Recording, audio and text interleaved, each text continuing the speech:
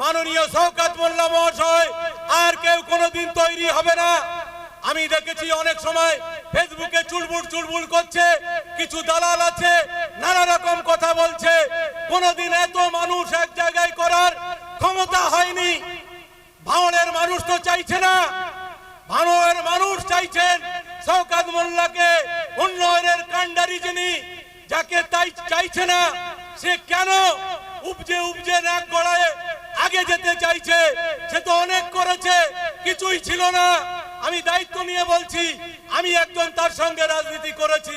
গাড়ি বাড়ি petrol pump নেই কি হাজার হাজার কোটি টাকা, তাকে ভাঙড়ের মানুষ যখন প্রত্যাখ্যান করছে, তাকে চাইছে না, আমার মনে হয় সুসম্মানে তার এবং তার ছেলেকে রাজনীতি ছেড়ে দিয়ে বনবাস নেওয়া উচিত।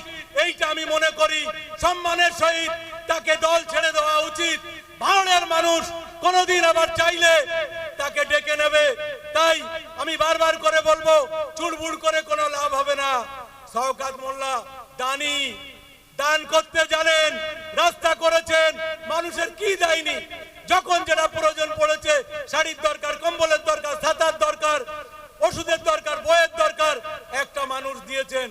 তার জন্য তো তার পিছনে আমরা ছুটছি, তার জন্য জান লড়িয়ে দিয়ে এক ফোঁটা রক্ত দিয়েও যদি তাকে উপকার করতে পারি আমরা করব। আপনারা শপথ নিয়ে যান, শওকত মোল্লার সঙ্গে আছি এবং থাকছি এবং থাকবো, এই শপথ নিয়ে যান। এই গুটি কথা বলে আমার সংক্ষিপ্ত বক্তব্য শেষ করলাম। জয় হিন্দ, বন্দে মাতরম। তৃণমূল কংগ্রেস জিন্দাবাদ, মমতা বন্দ্যোপাধ্যায় জিন্দাবাদ, অভিষেক বন্দ্যোপাধ্যায় জিন্দাবাদ, আমাদের সকলের নয়নের মণি, উন্নয়নের কাণ্ডারি শওকত মোল্লা জিন্দাবাদ। ধন্যবাদ জানাই আইনাল সাহেবকে।